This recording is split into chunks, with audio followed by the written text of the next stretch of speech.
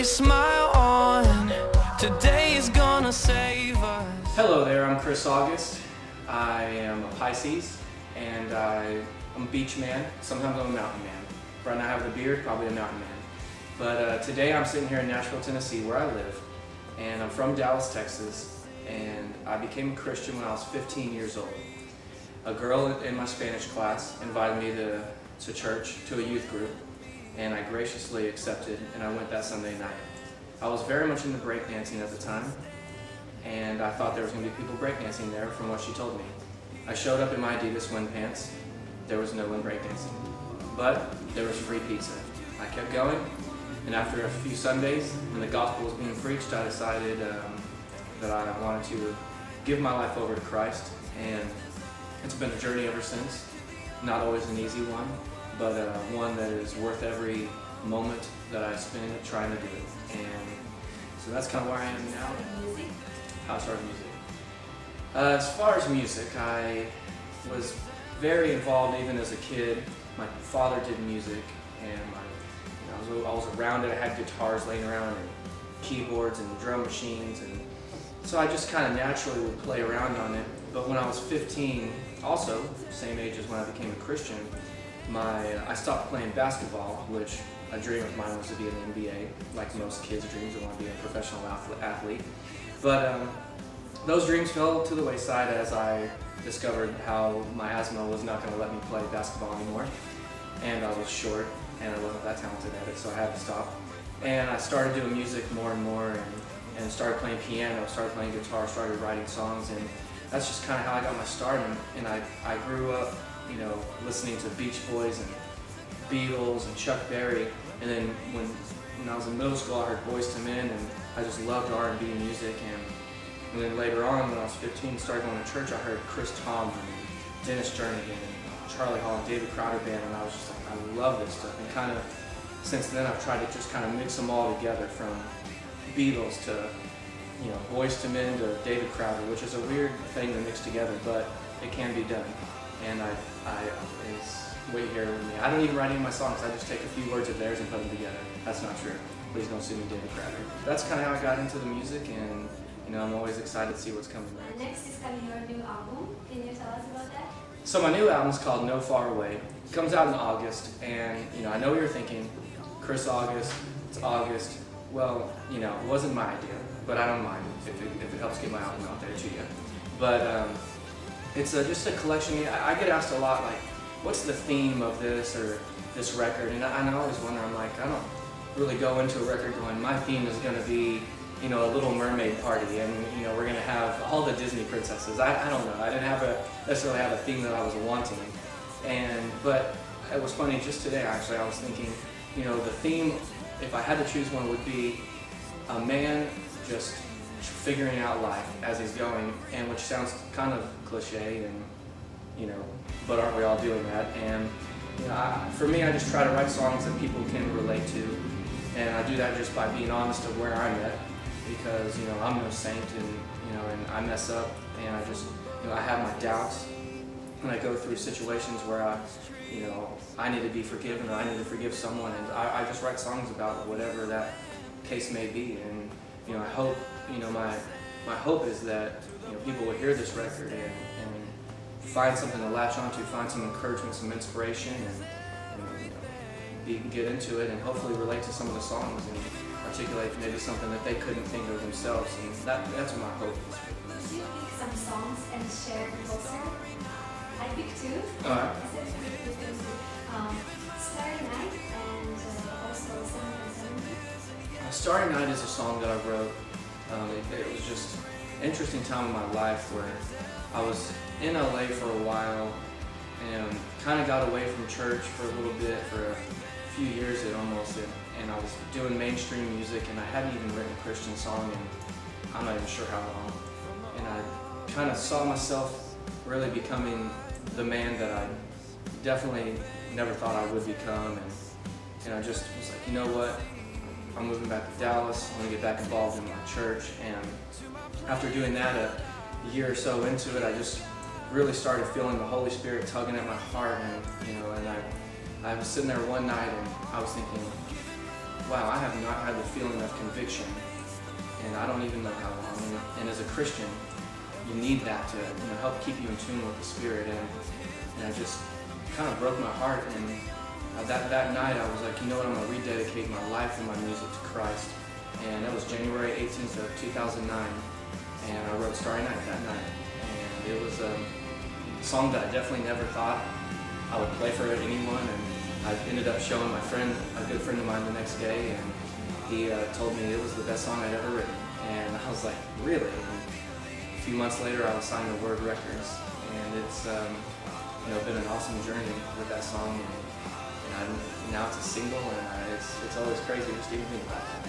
That's kind of the story. Song 70 is definitely the hardest song I've ever had to write. And not so much like formula of a song, but just like the emotions that I had to go through while writing that was definitely not necessarily one that you want to go through. For me, it was, a lot of people ask me about that song and say, is that your story or is that someone else's? And it's definitely my story. And I was in the studio tracking my album with Ed Cash, who graciously worked on my album with me. And he said one day that he thought I needed a personal song, one more just personal song for my album. Told me to go home that night and write a song about when I was a kid. Well, Ed had no idea what he was getting himself into. And I go home that night and write this first verse of 7x70. And I started realizing how I've lived in the same house my entire life. And I was brought home from the hospital, I was babysat there, and I was raised there my whole life until I moved to Nashville. And I was like, this house has seen everything. It saw my family fall apart. It saw a lot of things happen when I was a kid that you just shouldn't go through. Me being alone a lot, and I just kind of broke my heart while writing the song. I was reliving these memories, and so I wrote this first verse, took it into Ed Cash the next day, and I said, okay, here you go. And I sang it for him, and after I was done, I looked over and he just had tears in his eyes and just said, this song has to be on your album, and it has to be about forgiveness. And I was like, what? No, it doesn't. I don't know about forgiveness. And ended up, it was about forgiveness. And Ed kind of walked me through just kind of dealing with a lot of the emotions and the forgiveness and what that looks like and what it feels like. And with that forgiveness comes healing. Just dealing with a lot of that, kind of stuff that was built up, maybe towards my parents and towards friends, and just whatever was coming, out through my life, even to these days. So it's a song that I really hope, I truly hope can inspire someone to, take a look at their own life. And I always thought my story coming from a broken family was the abnormal one. And I've come to find out that it's definitely a story that a lot of others share with me. And so I definitely hope, I hope for you. It's not an easy process, and I'm still going through it right now.